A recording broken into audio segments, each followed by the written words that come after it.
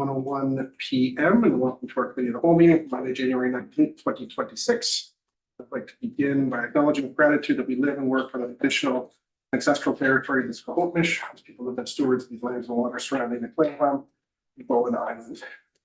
First item is approval of the agenda. I'll look to Corporate Officer for the addition of any late items today. No late items. No late items. With that, motion to adopt the agenda, moved by Councilor Bates, seconded by Councilor Frost. Any changes, amendments, discussion? Not seeing any.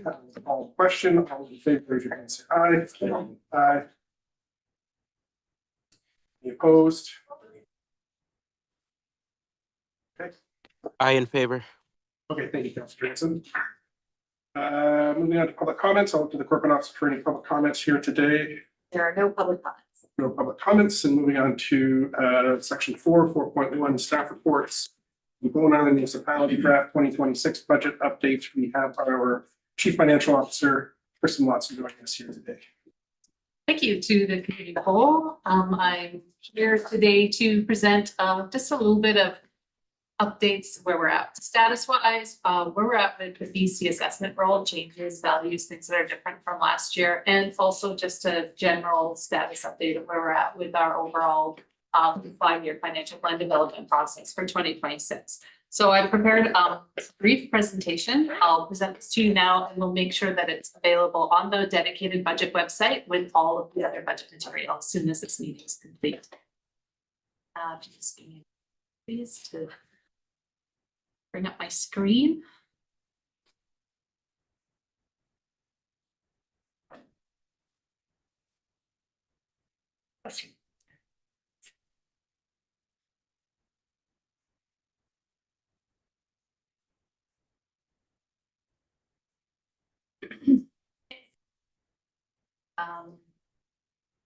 So I'll start with talking a little bit about the BC assessment role for 2026, and I'll start there with the non-market change piece. So non-market change, it's changes to the value of the assessment role that arise out of things other than the year-over-year changes to home sale prices. So these include things like if a property was reclassified from residential to business, perhaps, or if there was new value resulting from the issuance of building permits throughout the year, the value of those new buildings gets measured throughout the year and added to the roll. So these are things that weren't on the roll last year that are this year. One of the impacts of non-market change this year is that it's actually increasing the overall value of our assessment roll by about 1.44%. So if we think that property taxes were $9 million last year, a 1.44% value would be approximately $130,000 of new added property tax revenue for this year, if everything was staying the same. Some of the things that are driving this change in non-market value are changes, reclassification of some properties from class 1 into business class this year. I did see a couple of properties that got an added business class this year. There were some slight increases to, of course, the residential property just based on the value of new construction. And also there were some changes in land value that shifted out of farm classification and out of recreation classification. Now looking at the changes to the roll that are coming that are market driven. So that is driven by home sales and prices of real estate on the island. Overall, that change to the assessed value is negative for 2026. So housing prices year over year are down approximately 1.9% from last year. But a decrease in the market value of a property has no impact to municipal property taxes. It doesn't impact the amount of property taxes that an individual property owner would pay, because housing prices and municipal tax rates are inversely related. So as the value of your home goes up, in theory, the value of the municipal tax rate charged on that property can come down in order to generate the same dollars year over year. But that's if everything stayed exactly the same. So if everything in 2026 stayed exactly the same as it did in 2025, and we had no changes to the roll from non-market change. We had no construction activity, and we had no changes to the roll from properties moving in and out of different classifications. And we had no changes to the roll from the amount of municipal budget that were being requested from staff. And this is the biggest thing, if any particular property declined by exactly the average change throughout the neighborhood by exactly 1.9% from 2025, then there'd be absolutely no change to the amount of properties taxes that were paid by that property owner as a result from that moving, that increase, that little decrease in housing prices from year to year. But as we know, things don't stay the same year after year after year. And the assessment roll, the value of it does not remain the same from year to year. The municipal budget does not remain the same from year to year. And the single biggest impact is that an individual property owner's value generally does not change exactly as the same overall change for an entire island year over year over year. So BC Assessment has done a really nice little graphic to help explain the behavior of an individual's experience with paying property taxes, given the property change from market value from year to year. So if an owner's property value change was lower than 1.9%, the average change for the properties across Bowen Island, then likely that property tax impact would be a decrease for that owner.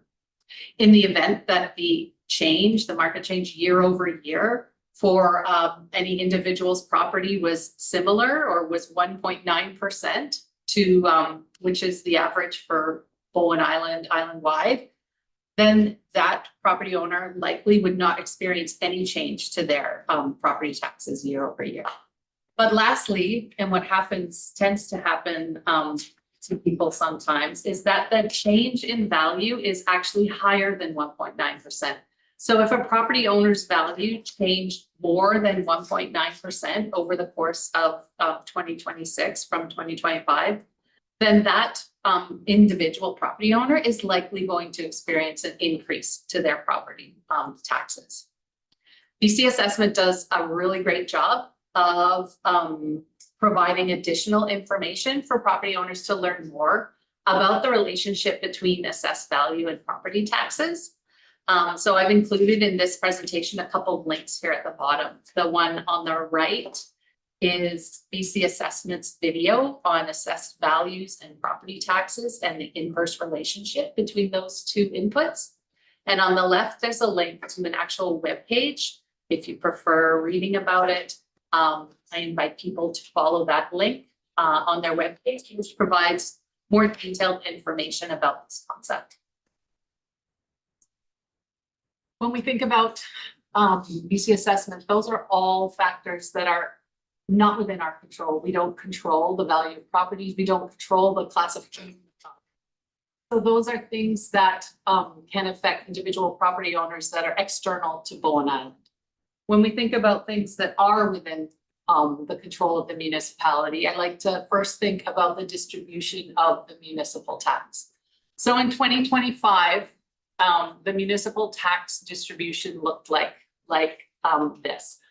So for what we do is we set one residential rate, and then all of the other classes of properties are charged a multiple of that rate.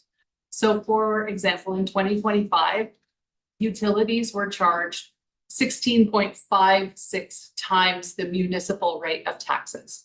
Light industry properties were charged 4.16 times the residential rate for municipal taxes. And that ended up in a distribution in 2025. The residential properties paid approximately 96.4% of all of the municipal taxes charged. And we have a ratio where utilities are paying approximately 1% of all of the taxes charged. Light industry pays about 0.2%. Business class properties pay approximately 2.1% of all municipal taxes. The recreation properties paid approximately 0.3% of all municipal taxes. And farm, we have very little farm properties on Bowen Island. We have a very low rate on farm properties. In total, that's $186 of municipal taxes paid by farm properties in 2025. And that ends up being 0% of the total overall municipal collections because it's just so low. The distribution for 2026, given where we're at this point in the financial development process, and given the changes to the preliminary tax roll that we're looking at this point in the year, there's very slight changes. And in 2026, we're going to need to reduce the proportion of property taxes paid by those Class 2 utility properties. These are properties that are owned by Rogers and Shaw and TELUS, big utilities. There's one owned by BC Hydro, that kind of thing. They are going to be dropping from 1% down to 0.9%. So this year, residential properties are going to have to pay another 0.1% of the overall municipal tax levy. So the reasoning for that is there is actually a provincially prescribed limit on how much utility properties are allowed to pay of any municipal tax levy. And that rate cannot be set at one that's in excess of $40 per $1,000 of value. So in order to make sure that we maintain that tax rate below $40 per thousand, we're going to have to collect a little bit more from the residential properties and a little bit less from the utility properties. So this is one of the factors that can impact and influence how much tax an individual property owner changes. And it's completely within the control of council to establish the ratios between the classes of properties. So one thing that is should be discussed or should be considered by council in any given year is the ratio of business class properties to the residential rate. Every year, the business class rate has been set equal to the residential tax rate. So we call that a 1-to-1 property tax ratio. And any changes to move this ratio, either increase it or decrease it, is going to result in a change to the overall amount of taxes that are paid by the business properties on Bowen Island. Typically, there are very few business properties on Bowen Island. So any change to their overall distribution or their overall contribution to all of the taxes tends to have a very significant impact to the business owners. So I think that in the past, that is why previous councils have established that rate at 1-to-1. But the committee of the whole should make a recommendation to council if there is any desire to change this ratio for the 2026 budget going forward. And it can be established on any other class of property as well. So from staff's perspective, we're not seeking to make recommendations that these changes be made, but that is certainly something that if council wishes to look at the impact, that staff can be directed to bring forward information on the tax ratios between the classes of properties. Looking at the municipal budget piece, another certainly internal factor over how much property tax an individual property would pay. Right now, we're sitting at a current draft that sits at an increase over 2025 of about 6.6%. So this change is coming from the staffing requests, the operations budget changes, and increased contributions to reserve funds.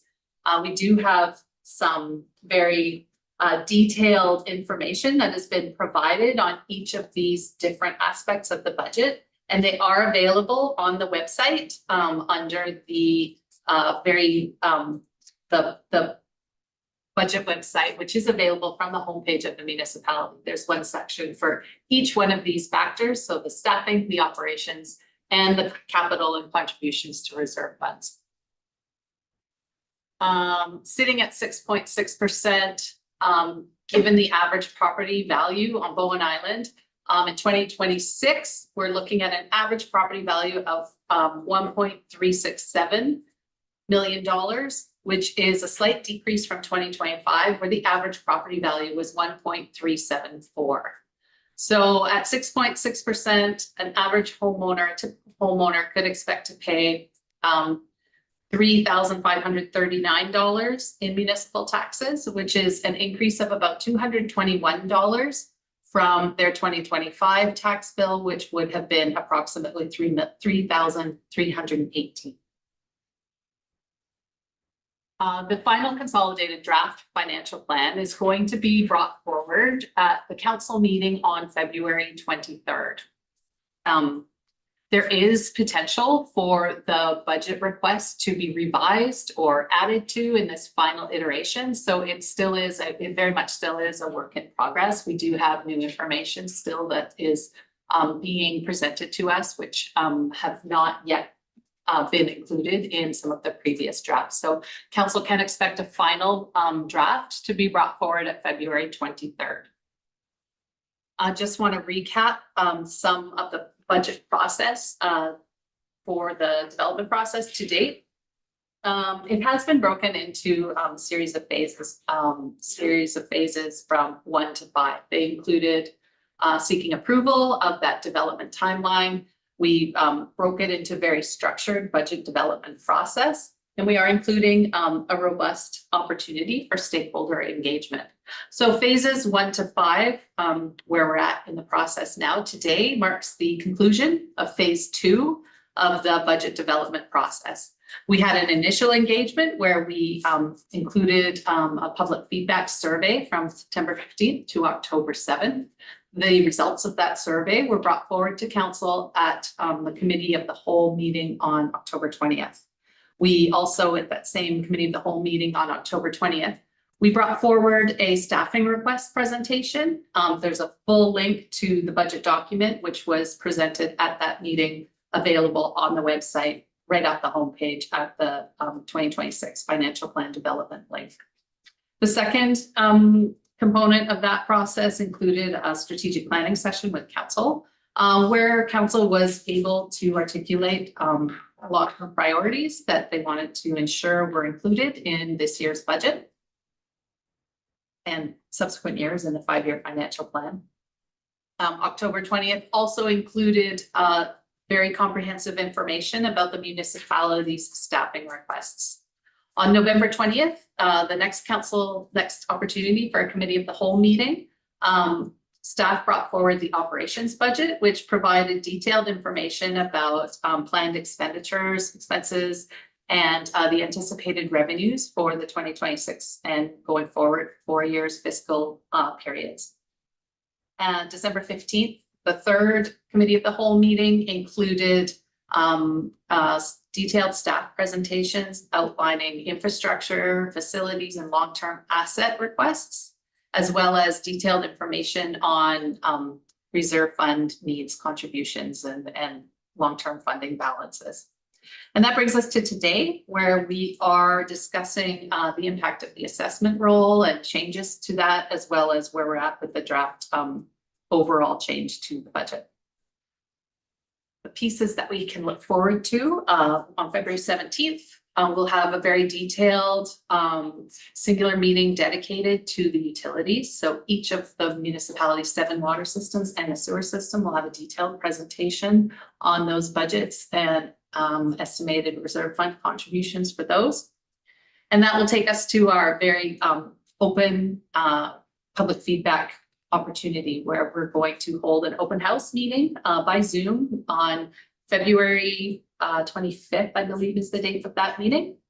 And that provides a one-on-one opportunity for staff and anybody from the public to engage directly. The public can ask questions of staff, bring forward recommendations, and we'll bring that back to council with a final draft to finalize the 2026 budget development process.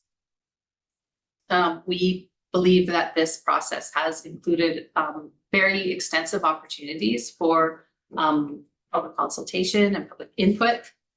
We believe that it has provided a significant amount of transparency and accountability to the public about the municipal budget and the process going forward. And then at March, that will bring us to the preparation of the final financial plan for consideration by council.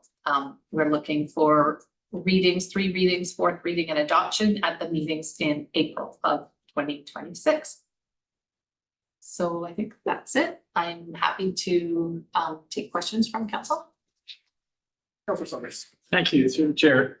Thank you for the presentation. I appreciate the clarity and detail there because you made a bunch of big stupid numbers sense of it. Makes some sense. So I have 2 questions for you about that. First is in the table you show us 95 or 96.4% of revenue is generated from residential taxes. Yeah. And 2.1 to business. Yeah. I don't know if this can be quantified, but does business get more than 2.1 back? Like if they're getting 5% back somehow out of that budget, I'm not even sure how we quantify it. But if we were looking at it, and said, well, the businesses are actually benefiting to the tune of about 5% of that or something, then we might want to rethink the ratio. But again, I'm not entirely, and so while you're thinking, oh, I don't know if that can be quantified. You noted that our budget is up 6.6% from last year. I'm just curious to how that compares to other jurisdictions of similar size, or if we've done that comparison, or if we need to do that comparison. Just out of interest more than anything else, like our number is what it is. I will speak to your first question first. Looking at the distribution of 2026 municipal tax, the actual hard dollar values, you can see that the total number collected from businesses on the island is $204,000.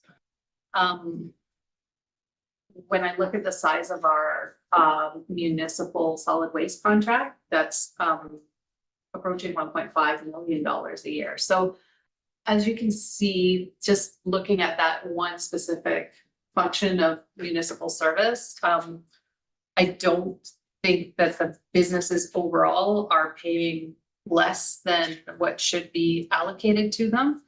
The problem with business on Bowen Island is there are so few of them, and so few of them classified as 0.6, because you got to think a lot of our businesses are actually operated out of their homes. So they're not classified as a business class property. Our businesses are primarily located in Snuff Cove, and then a couple scattered throughout the island, of course. But so when we think of the business community overall, it is a lot larger than just those finite properties in Snuff Cove. But because of the limitations of the classification system of BC assessment, all of those properties that may be otherwise classified as residential and are operating as businesses may not have that business class assigned to them. So with that very finite small number of properties that have this business class, any change to that ratio has a very dramatic impact to the dollar value of property taxes that is paid by a very small number of property tax owners. So I hear that as it's pretty reasonable the way it is. Well, I hear that as overall, a lot of businesses are benefiting, but they're also paying through the residential rate as well. Some are. You know, I'm not, I would support having another opportunity to revisit that and to make sure that council is establishing the rate that is appropriate, given the nature of business class properties on Bowen Island. I'm not making a recommendation to change it. Okay, thank you for that. The second, can you, Just the 6.6% rise this yeah. year, how does that compare to other jurisdictions? yeah, the only information that I have anecdotally is by participating in the other regional finance meetings that we participate in quarterly here. The last one, which happened in December, there's a wide variability of property tax rates coming through from most of the lower mainland municipalities at least, but they're ranging anywhere from like 3.5% to 7.5%. So there is quite a range of variability there. I could do a little more research, just look on the internet and just see what I can find for smaller communities. I expect I could do that too. Yeah, I could do that. And I can bring that to the next time that we meet. Thank you for your efforts here. Councillor Saunders, Councillor Morris, followed by Councillor Fast. Couple of things. I was around, of course, when we set the tax rate at 1 to 1. Our businesses struggle to make ends meet. I can rattle off the number that have closed and things like that, and they don't get as much service as I do as a resident. I mean, some of the bigger restaurants, they have to pay to have their garbage picked up. It's in a bin and stuff like that, so that's extra. And, you know, they're not providing any more wear and tear on the roads or anything else, because they're all in the code. So, and having, you know, run a business here on the island, it's very tight and difficult. So I'm fully supportive. No, I'm not questioning, I was just curious, but yeah, okay, thanks. And I thought your question was to do with what our tax rate increases have been in other years, not what everybody else was doing in the world this year. Because you can't compare one with the other, because like in Sunshine Coast, for example, Gibson's would have a lesser increase than ours maybe, because up there, all their recreational services are run by the regional district. Mhm. So it's apples and oranges to try and compare, Well, you know, you've got to look into the details. agreed. And we had a 9.5, didn't we? Yeah, we Last year. Last Yeah, year. last year, yeah. And the year before. And the year before, so. Yeah, no, this is an interest thing. I agree that they have to be, you can't compare directly. I was curious to what the range was. Is it 5 to 30 or 5 to 8, which is or 3 to 8? Yeah. We're somewhere in there. And I guess my other question is, we got a lot of information today in this rest of this.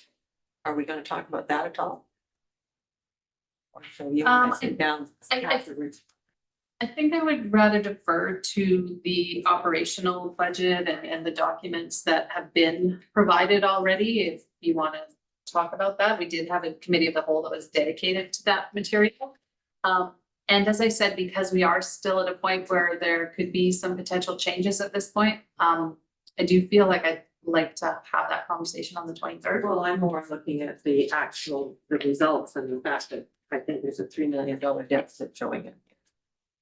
The results, I'm not ready to present to you So, yet, the it's final still results, rough. because there are uses of statutory reserve funds that are held. Those entries are not booked until December 31st and as part of the year-end process. So it's really premature to look at that $3 million and say that it's anywhere close to where it's going to be. There's a lot of year-end adjusting accounting entries that are needed to be made in order to discuss the year-to-date results. What is kind of not going to shift and move around a lot is if you want to look at operating budget expenditures year over year. Those pieces are certainly pretty much finalized, but that year-end surplus figure is really not ready yet. Yeah, so two of the things I thought we needed to discuss in future was the request from the historians. And I don't see the contribution to reserves for the money and the disposition of the fire hall in here. It will show up in the 2025 budget. The sale took place as of December When the sale 31st. actually closed, was it 2025? The sale took place closed December 31st, so it will be as part of the year-end adjusting entries. Yeah. And I'm sorry, the first thing that you mentioned was, The historians. that's again, another piece of new information that we received since the last iteration of the budget. So I'm gonna have to present that as a potential option on February 23rd. Okay, so I guess I was just wanting to make sure that this wasn't the cut and stone version. No, like I said, we're still moving around. Thank you, Councillor Morris. Over to you, Councillor Fast. Thank you. Just coming at the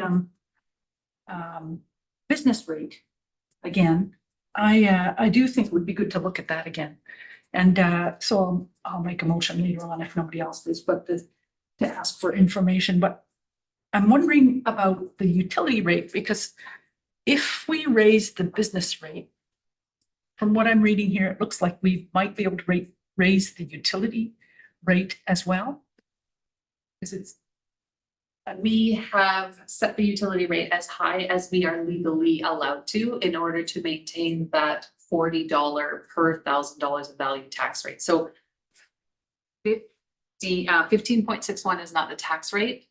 It's 15.61 times the residential rate that equates to a utility rate, which is just under $40 per thousand. thank you, because I'm reading here, the maximum tax rate that can be levied by a municipality on the utility property is the greater of $40 per thousand, or 2.5 times the business property. Yeah, and 40 is the upper That's- ceiling okay, limit. Thank you. And I have another one. Absolutely. Because I think it would be good to explore the business tax rate more, rather than putting, just automatically putting more money on residential folks. So, I mean, we've got an affordability issue going on, and not all of us are, some of us are modest means. I think I would like to make a motion that the committee of the whole recommend to council to request staff to bring forward information about the ratios between the business rate and the residential rate for property tax. Does that make sense? Okay. What kind of information? Other communities or us? More information.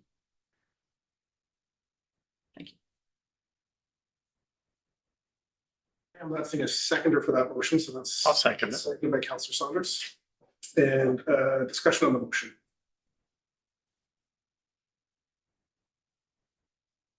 Councillor Wade. I'm struggling with this a little bit because I think it's such a small number anyway compared to what the residential rate is generating. And I do know it's gonna be a real upset for some of the businesses. I don't know what percentage of them. Whereas I don't think it's gonna make an appreciable difference for individual property owners here. So I mean, it wouldn't hurt to have the information, but Councillor Morris, followed by Councillor Saunders. Totally agree with Councillor Wick. How many properties are in business class? I'm sorry, I don't have exactly that number. If the committee of the whole wishes to see the information, I'll make sure. to It's include usually it. shown on the assessment roll, isn't it, the number of incidences? I don't have it in front of me. That's fine. Thank you, Councillor Morris. We'll begin Councillor Saunders. Thank you to the chair. Yeah, I just want to know more. I'm not leaning one way or another on whether we should be adjusting the rate. I'd just like to know more, which is why I support the motion. Councillor Fast. And if I could just add one other thing, I don't think council has made any changes to this since the beginning of the municipality. And I just think we need a little more information. And now that the crest of the COVID crisis has gone over, maybe changes have been made, and maybe some businesses are owned by people who don't live on Bowen. I don't know. And so that it's not offset by residential. I just want more information. I'm not leaning one way or another either. I know people that own businesses. Thank you. Not seeing any further debate or comment, I will call the question and maybe just for clarity, can I have the motion read back again? That the committee of the whole recommend that council direct staff to bring forward information about the ratio between the business class and residential property tax rate. With that, I will call the question. All in favor, raise your hand, say aye. Right. All opposed, raise your hand, say nay. okay. And that the motion is not carried with Councillor Saunders and Councillor Fast support.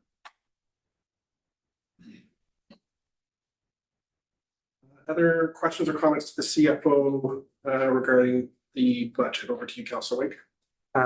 I should probably know this, but the municipal portion of the tax that you've shown here, the $3,000 figure for an average property, we end up paying quite a bit more than that. The rest is school tax and other things. Do we get any sense of what the increase in those is going to be, or do we find out?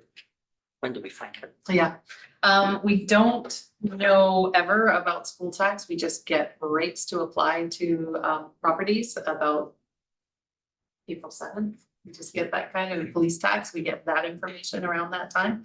At this point, we do have some information on the Islands Trust budget, and we are looking at an increase of somewhere between 30 and 35% to the Islands Trust budget. So that would be like an average change of $150 or so from arising out of that increase. So I will I'll make sure for the next iteration to include additional information on the change in the Islands Trust budget, because it is quite significant this year.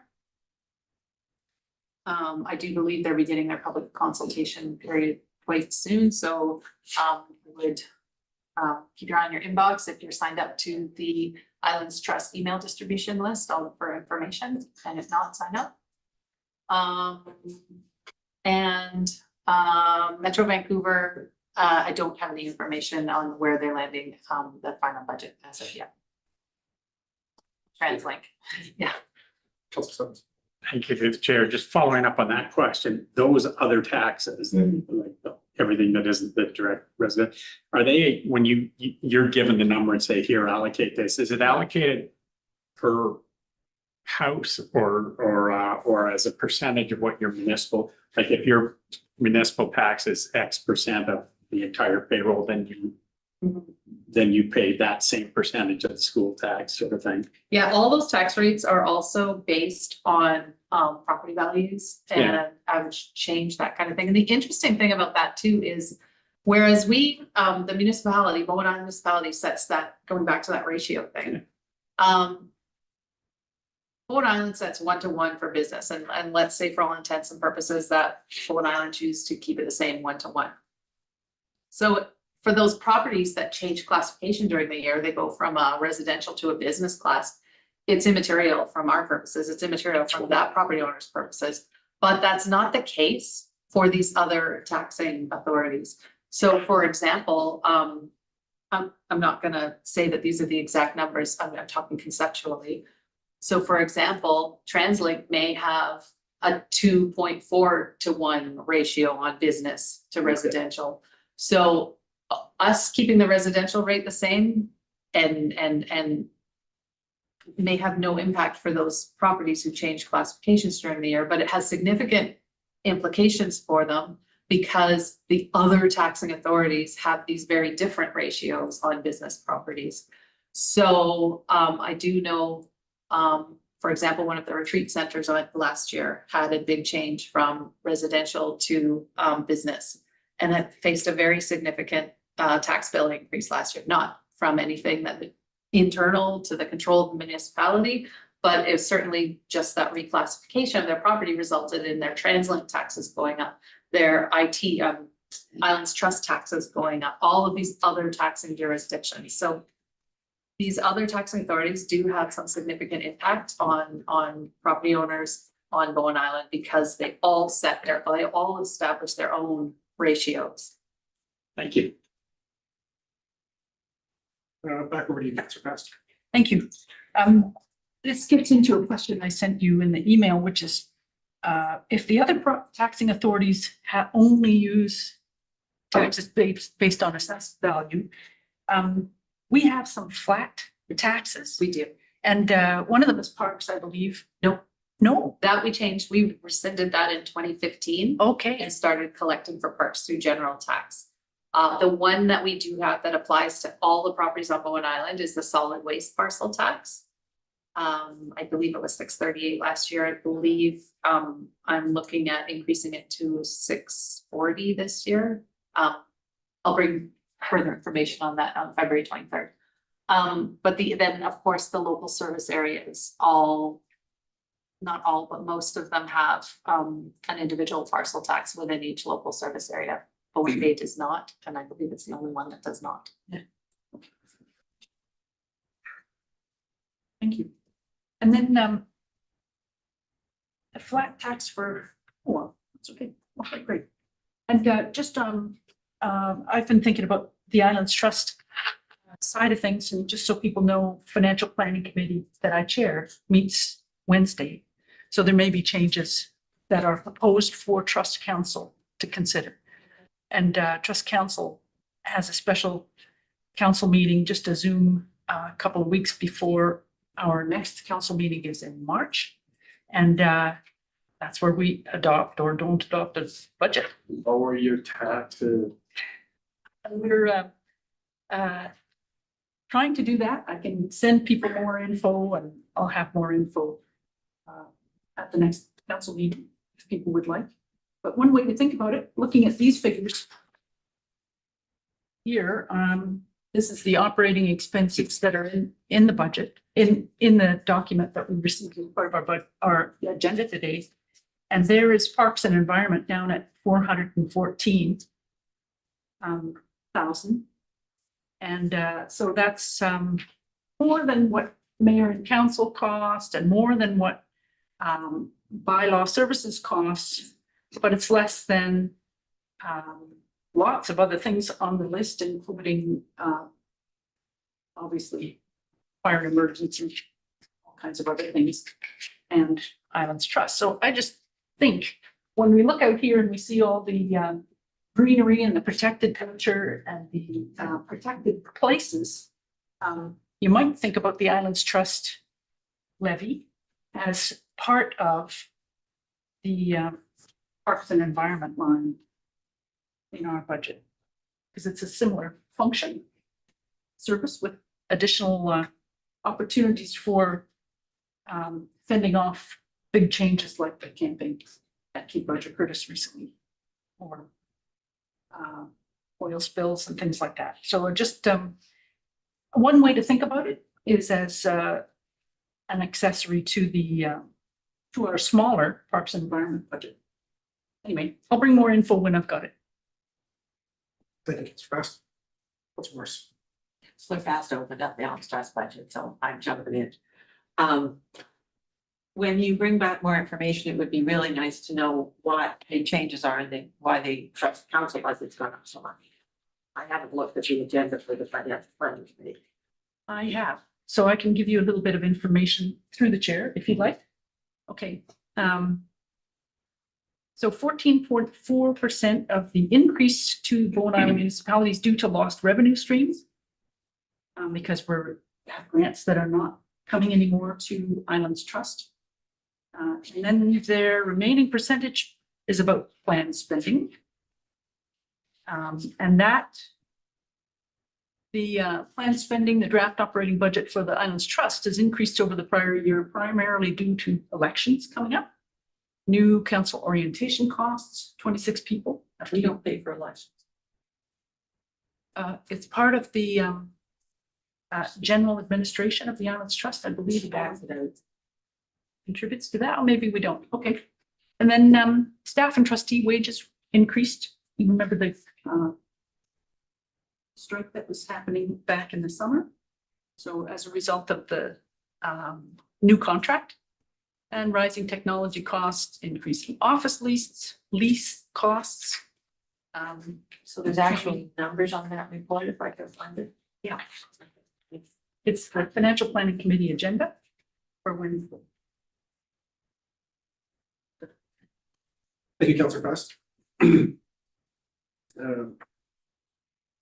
I do appreciate the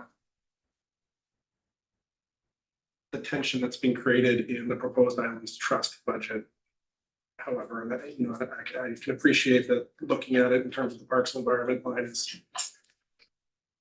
is perhaps one way to look at it, and you know, we did have the camping issue, but I think it's also fair to name that the requisition for Metro Vancouver, for example, is much lower, probably about a third to a quarter of what's being requested by the Islands Trust. And, we see the benefit of, Crippen and Davies and going all the way to Dorman.